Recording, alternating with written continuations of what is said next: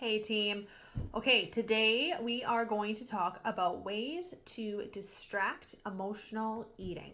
So, I know this is a big thing. We use food as a stress reliever, or we just find ourselves munching when we're bored, right? Not actually hungry, or if we're emotional. So, there's lots of reasons that we do this, and it's very common. We're human. It's not that we need to beat ourselves up for it. We just need to find a way um, to do something different, right? To try to beat this. So to distract ourselves. So there's a few things that we can be doing. Drinking a glass of water is really helpful. So take the time to stop, drink a glass of water.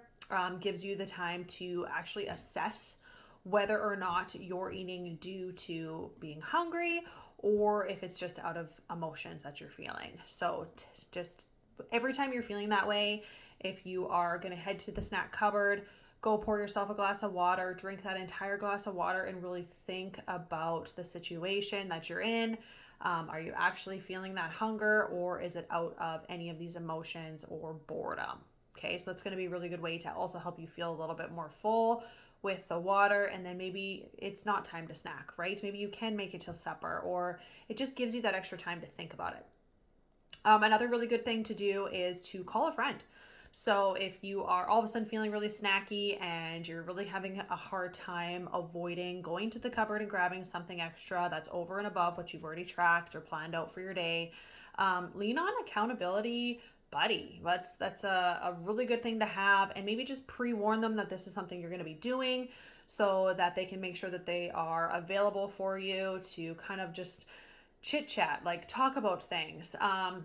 Chat with them the next time you just feel that you're going to eat, or if it's from that place of stress or anxiety and not hunger.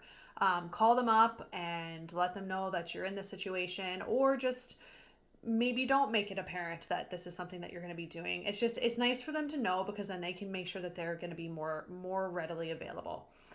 So I do this with my friend back home. Anytime that I am in that situation, I'll call her and she's like, okay, so let's chat about this. This is what I got going on. And it's a distraction, right? So it's a good way to get you through half an hour. Maybe that's all you needed just to get through to supper. And then now you can eat supper and now you're going to be good for the day. So it is nice to have that person. So anybody that, or go over to their house and chat with them, like if that's an option as well. So that's a really good way to just avoid that emotional eating. Play with your pets or your kids. They're going to love it, right? Give yourself 5 or 10 minutes to distract yourself with just an impromptu play session. So take your dog for a walk, or play ball with the dog, or go play Lego with the kids. I've been doing this lately with my littlest. He really is into Lego right now, so we will just go build trucks or cars or houses or whatever. They'll love it. They'll love every flippin' minute of it, and you will have your mind taken off of the food that you think you should be eating, but you know you don't really need. So that's a really good way. Everybody's going to benefit from it. You're going to benefit from it for a distraction. Your kids are going to think it's awesome, or your dog or your cat or whatever. So everybody wins in that situation. Or just go for a short walk. So whether it be by yourself, you don't have to take a dog. If you don't have a dog, just go for a walk. Out of sight, out of mind, right? So if you are like really, like if you're at a deficit at this point and you're really trying to push through to see these extra results that you're working hard on, and if you're just struggling, get out of the house. Go for a walk. I mean, I know it's tough when it's really cold outside if we're in the winter, but there's no reason that you can't bundle up or go downstairs and go on a treadmill.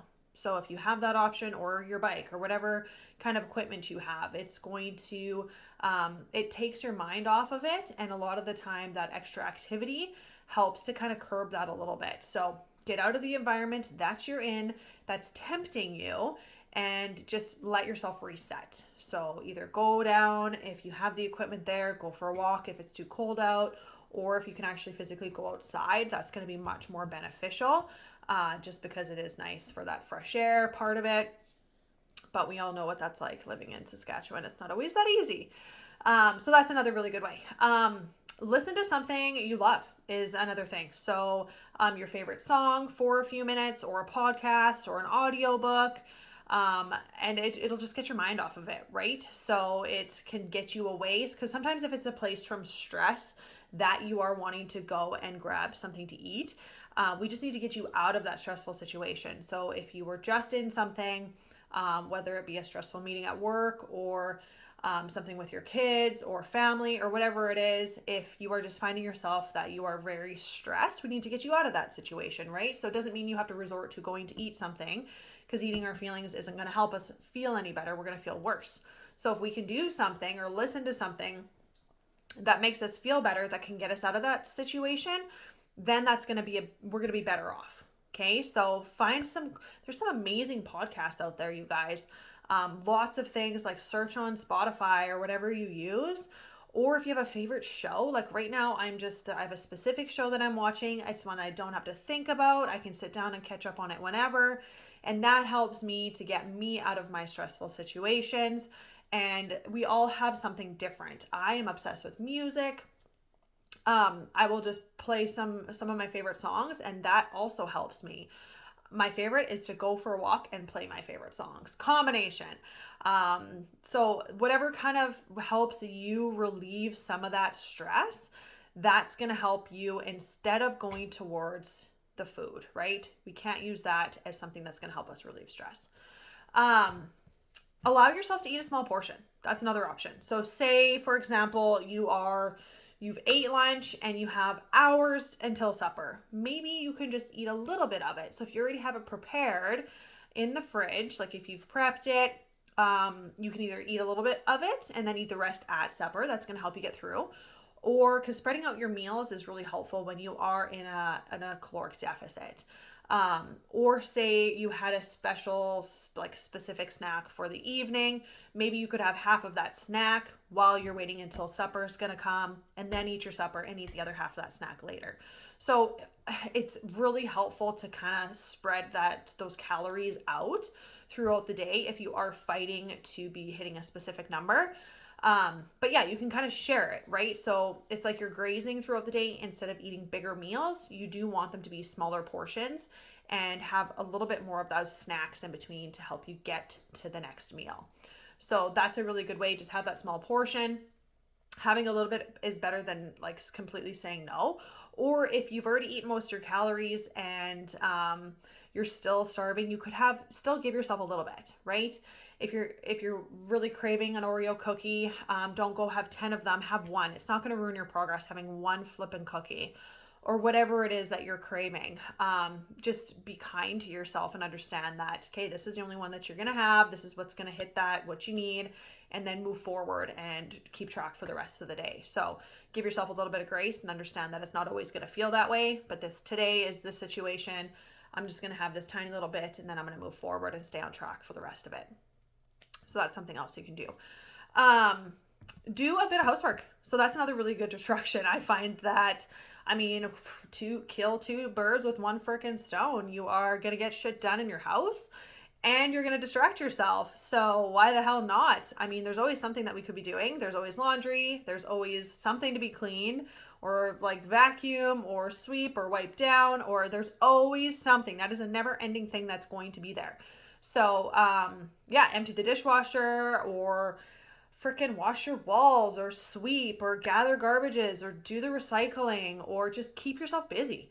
Whether it be a 10 or 15 minute job, it's going to be enough of a distraction that you could totally forget about why you were hungry in the first place.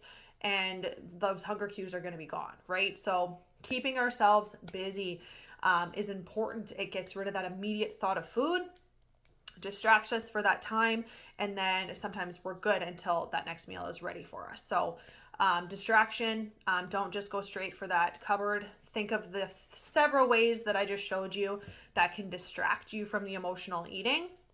We have to remember that with emotional eating, when we do let it take over and we let it win, we're going to feel worse. Okay, you're already feeling emotional, you're already stressed, anxious, whatever it may be. And if you go into that pantry and you pound a bunch of chips or cookies or whatever it's going to be, it's not going to make you feel better. Okay, for the moment while you're chewing on it, possibly, but then after, we are what we eat. So we are going to feel like junk, worse than we had when we started. And we don't want that. I don't want that for you guys. So here are a list of ways that you can distract yourself, to come up with different ways to not be in that cupboard snacking. Okay, so I hope they're helpful. I feel like they're all really good. And if anything, you can make a list of them in your notes on your phone.